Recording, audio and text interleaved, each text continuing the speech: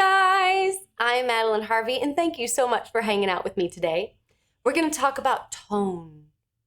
What is it, and how can we get the best tone quality out of your unique voice? So if you like today's video, please be sure to give it a thumbs up or click that subscribe button below. I would love to see you here more often. So the video that you're about to see was taken as a clip from a live voice lesson that was shot earlier today. If you want to watch the entire live and participate in some of the exercises, well, then I invite you to click that join button below and become a member of this channel. As a member, you'll have exclusive access to all of our lives that we do every Monday and Thursday at 12 p.m. Central Standard Time. So again, click that join button below, become a member. Your contribution will help continue our channel. That way we can continue to deliver awesome content for you. You ready to get started? Here we go.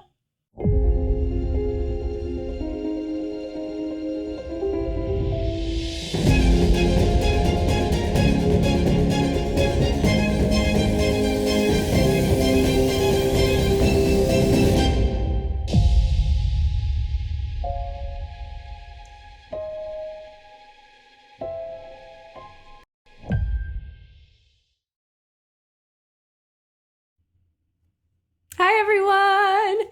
Oh, happy Monday. I hope you've enjoyed your weekend and are looking forward to your week. May it be the best week you've had in a very long time.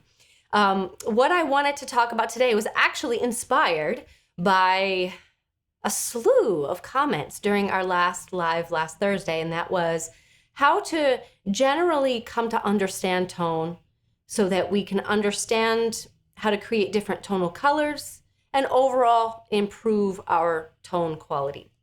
So what I want to do is just take, oh, thank you, BB. Love my bow. Thank you very much. What I want to do is just take a moment to welcome any new members that are with us. We're so glad that you're here. We do these lives every Monday and Thursday at 12 p.m. Central Standard Time. So we hope that you'll join us. We absolutely love seeing new names, hearing new voices, and we're gonna really get into it. And as we come to play with tone, it's my objective to make the entire singing process as simple as possible. Now, I do think that voice is relatively simple. By that I mean, if we take our focus and we focus on that one thing, just that one tiny little thing, so much can change in our voice. It's only when we try to split our focus and run in multiple different directions that singing becomes really, really complicated. So we're going to exercise a little temperance, and we're just going to narrow our focus and work on tone today. As we explore, if any of these things are things that you fancy and you want to continue to learn about your voice, then I invite you to check out my Skillshare. We have about 9 hours of Skillshare lessons, from freeing your voice, which is actually really hard to do. That module is very in-depth, to extending your range, to maximizing your breath. We've got some lessons on there, and there are more lessons to come. So be sure to check those out. So, all right, here we go. As we open up today's live, I would love for y'all to bring it in. Comment. What do you think tone quality is, or how do you know if a tone quality is particularly pleasant? I think as I am reflecting on what I want for my voice, tone is always at the top of the list. It's always at the top of the list. And I wondered why that was. Why is that? And I think, I'll share a lot of statistics with you over the course of our live today that won't really come as much of a surprise to you. It will just sort of reinforce why we pay special attention to tone. People tend to respond to the tone of our voice. Now, if you've been, in previous lives, or if you've watched previous YouTube videos that I've done, there is a difference between the timbre of your voice and the tone of your voice. Now, just to, again, make it really simple, timbre is pretty much the voice you got. You can't change it. It is how you're able to go from, let's say, singing classical to singing blues or pop or rock, and it still sounds like you. That's your timbre. But the fact that you're able to go from one genre to the next, is that what tone is. You're able to make subtle little shifts in the ways that you connect the shapes of your skull that can affect your tone. So timbre that's just you. That's the voice we got. And bless us, because we got to accept that. It's not a matter of defeat. It's just a matter of, okay, that's what I'm working with. That's my starting place. But tone is where we can really give it either warm or bright characteristics. Deb says, it makes my skull vibrate, and that feels really good. Yeah, that's a really good indication. So let's be very, very simple about it. Tone equals spaces. Like you're just playing with spaces. Timbre equals your skull. Can't change your skull. I mean, not really. Not really. But you can change your tone. So we're going to get into a couple of different tonal sounds. And I want to just start with the heaviest of hitters right out the gate. Based off of my practice, the best way to actually tune your tone is to work on your speaking voice.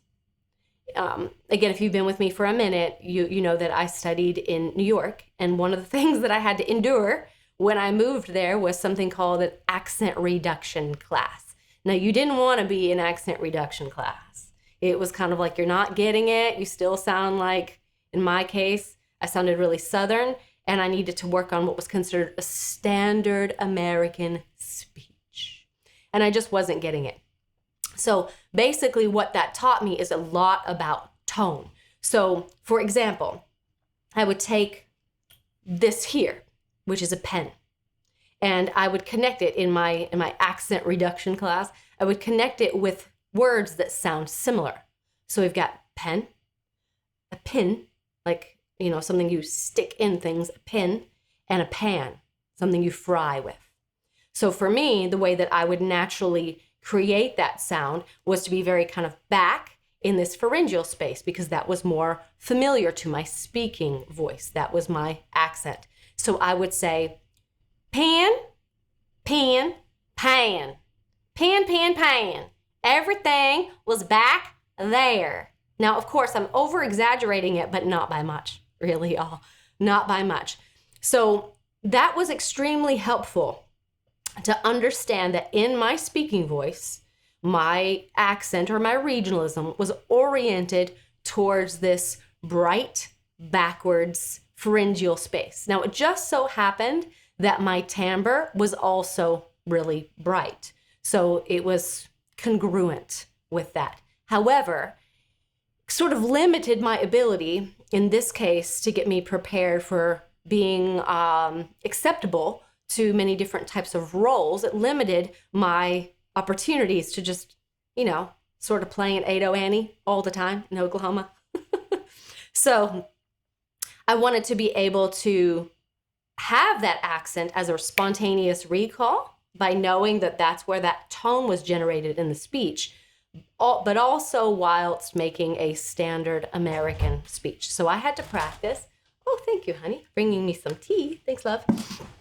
So I had to practice bringing my tone a little bit more forward. Does this make sense? So I really felt dumb as I did this because I was used to saying pan. It was almost like it was two syllables. Pan, pan. So I had to go pen. I felt stupid and dumb, but that was the only way that I could shift the tone forward. Pen, more into the front of my mouth. Does that make sense? So the best way that I went from having this brighter tonality to at least moving a little bit forward and discovering that I could connect to a different type of tone was to read aloud. So that's what I'm going to suggest for you guys. So I have a little bit of some poetry here that I'm going to read. And as I read, it's just a little couples. What is that? Lines? Yeah. I just want you to listen. If you can spot where I am consciously making an effort, if this was like past me and I was country and I wanted to work on, let's say, moving it a little bit more forward, then I would speak like this. It felt, again, kind of dumb to me, like duh, duh. But that was a way for me to move that tone, that tonal center a little bit more forward. So just gonna read you a couple of lines. Listen for that forward placement, okay? Somewhere in the great landscape of time, there is a garden growing the most beautiful rose that has ever been and that will ever be. You are that rose forever to me. So can you hear that moving forward? Now, I've practiced this enough where this feels like my normal, this is how I speak all the time. But it wasn't familiar to me at the time. So I had to almost chant talk it, speak it a little slower. Somewhere in the great landscape of time, because I'd go time, time, there is a garden growing the most beautiful rose. Now again, this may be very redundant and weird, but being able to look at your speaking voice first and say, well, if I don't like my tone, because I'm not assuming that you don't like your tone, but let's say you'd prefer that it be a little more warm. If you want it more warm, move it forward. If you want it more bright, and that would apply to, let's say, someone that has a slightly duller voice, maybe their voice is a little on the huskier side, then you'd want to go out of your way to brighten and lift that up a little bit. Or if your voice is a little bit like nasal, like the brother from Everybody Loves Raymond, then you can benefit from like brightening it up a little bit. Now, this is to your preference, So be sure that as you are speaking, you first and foremost read anything. You can read directions on the back of a biscuit recipe. And as you're reading it, I'd like for you to record yourself. Like just as a voice memo, read it normal. See kind of where you're at, what you're starting with. So read it, listen back. And I think that if there's anything that makes people go, ugh, ugh, like cringy a little bit, it's because there's something that's maybe in the timbre of the voice, can't really change that, or in their tone that they would maybe prefer that it was a little more this way or a little bit more that way. So to make things really simple for you today, we're gonna go bright and we're gonna go dark, okay? And then I'm gonna play with one and then the other, and then we're gonna see if we can go through one to the other. Does that make sense? Everything making sense so far? Your speaking voice is the thing that your voice orients itself around. It is like the master program for a frame of reference that your voice is going to use as it comes into singing. Okay, so just realize the potential and the power of that. If you want to change your tone, look at your speaking voice. That's really where it really rests. Okay, so now that we have an understanding of if you want it brighter, go wider and towards the back. And if you want it warmer, see if you can bring it more forward. So now that we have an understanding of what that is, let's put that in an exercise. Okay. So let's assume that we have bright voices. Let's just make that assumption for now. Let's just say we have a little bit of maybe a young sounding voice or a bright sounding voice. And what we would like is just balance it with a little bit more warmth.